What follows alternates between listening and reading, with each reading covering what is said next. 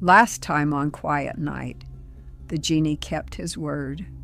He led the fisherman to a hidden lake between 4 hills, where fish of 4 impossible colors swam: white, red, blue, and yellow. The fisherman brought them to the Sultan and was paid 400 gold pieces. But when the cook tried to fry the fish, a woman came through the wall. She spoke to the fish. The fish answered. She destroyed them and vanished. It happened 3 times.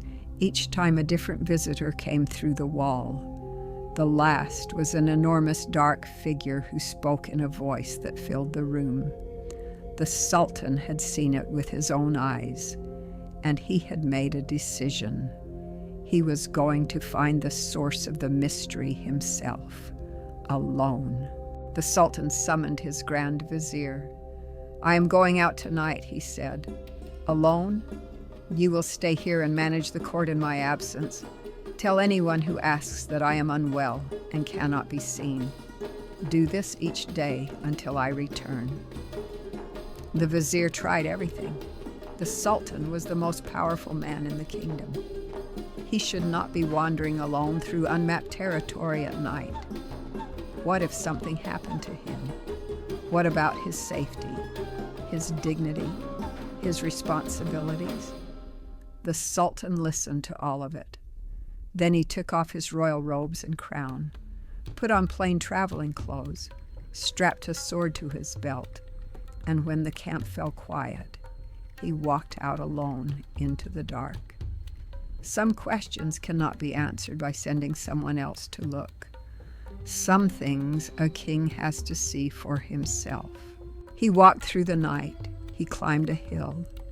He crossed a wide plain in the dark, the stars above him and nothing else in any direction.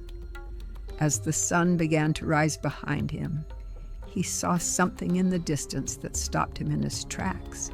A palace, large, magnificent, built entirely of black, polished marble, its surfaces covered with steel, as smooth as a mirror, so that it caught the morning light and threw it back in every direction. It stood alone in the middle of the plain, with no road leading to it, no settlement around it, no sign that anyone knew it existed. He had hunted all through this territory many times. His vizier had hunted here for years. Neither of them had ever seen or heard of this place. He walked toward it. The gate stood half open. He knocked. No one came. He went inside and passed through a grand courtyard, calling out as he walked. Still no one appeared. He moved deeper into the palace. Hall after hall of silk carpets, sofas covered in tapestry from Mecca, hangings of Indian cloth woven with gold and silver. He found a room with a fountain supported by golden lions, water pouring from their mouths in streams that broke into diamonds and pearls as they caught the light, the spray rising nearly to a painted dome far above. Beyond the palace walls, through high arched windows, he could see gardens, small lakes, woodland. Birds sang in trees that were netted over to keep them from flying away. The palace was magnificent, immaculate, every surface polished, every cushion arranged, every lamp trimmed and ready, and it was completely, utterly deserted, not abandoned, maintained, as if someone had been here recently and simply stepped away, as if someone was expected back. He moved through room after room, calling out. No voice answered. No footstep replied. Then he heard something. From somewhere inside the palace, he heard a low, mournful cry, a man's voice, in deep distress. Not the sharp cry of sudden pain, but the low, sustained sound of someone who had been in pain for a very long time and had stopped expecting it to end. He followed the sound through hall after hall until he came to a room at the heart of the palace. A young man sat alone on a slightly raised throne. He was handsome, richly dressed. His face was the picture of sorrow. The Sultan approached and greeted him. The young man looked up. He bowed his head but did not rise.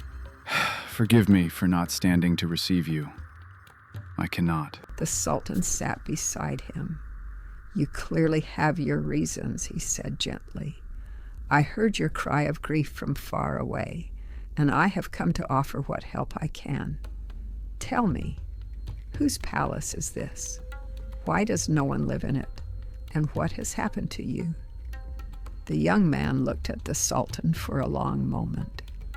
Then, without a word, he lifted the hem of his royal robe. From the waist down, he was solid black marble. The Sultan stared, half a man, half stone, sitting on a throne in a magnificent empty palace in the middle of a plain that no one had ever found. The young man lowered his robe. This palace, he said quietly, was my father's. My father was Mahmud, king of this country, the Black Isles. Those 4 hills you passed on your way here, they were once 4 islands. The great lake beyond them was once our capital city, a thriving city full of people. I will tell you how all of that was destroyed. He closed his eyes briefly. Then he began. My father died when I was young, and I took the throne. I married my cousin, a woman I loved deeply and believed loved me in return. For years, everything was as it should have been. One afternoon, I was resting, half asleep, being fanned by 2 of my wife's servants when I heard a whispered exchange between them. One said to the other, "What a pity our mistress no longer loves our master. I believe she would kill him if she could. She is an enchantress after all." I lay still and said nothing, but I began to watch, and over time I understood that they had been telling the truth. Around the same time, I discovered that a favorite servant of my wife had committed a serious crime, and I had him punished. My wife was devastated. She had loved this man. She asked my permission to build a small palace in the garden, which she called the Palace of Tears, so that she could mourn him there. I granted it. I thought her grief would pass. It did not. For 2 full years, she went there every day and wept. I grew tired of watching her grief for another man. One day I went to her and asked her to let it go. She turned on me with a fury I had never seen in her before. She raised her hands. She spoke words I did not understand. And then she said, "By the power of my art, let you become half man and half marble." And in that instant I became what you see before you now. The young king's voice was flat when he described what came next. The flatness of someone who has said these words to himself so many times, they have lost their ability to wound. His wife had not stopped at him. She turned her power on the entire capital, the great and flourishing city that had been his kingdom's heart, and transformed it. The city became the empty lake. Its people became the fish of 4 colors, the 4 colors marking the 4 different communities that had made up his population. The 4 islands that gave his kingdom its name became the 4 hills. She told him all of this herself, not by accident, deliberately, so that he would fully understand the scale of what she had done, so that his suffering would be complete. And still she was not finished. Every day she came to his chamber. She beat him across the shoulders with a whip of buffalo hide until he bled. Then she went to the Palace of Tears in the garden to sit with her servant, who was not dead, not truly alive, but kept in a suspended state by her magic, enough life in him to persist, but never to speak or move. "This has been my life," the young king said, and he said nothing more. The Sultan sat with him in the silence of the magnificent empty palace, and Scheherazade paused. The candle burned low. The Sultan in the palace room lay very still. He was thinking about a young king sitting half-turned to marble in a palace no one could find. He was thinking about an enchantress who destroyed an entire city to punish one man. He did not reach for the blade.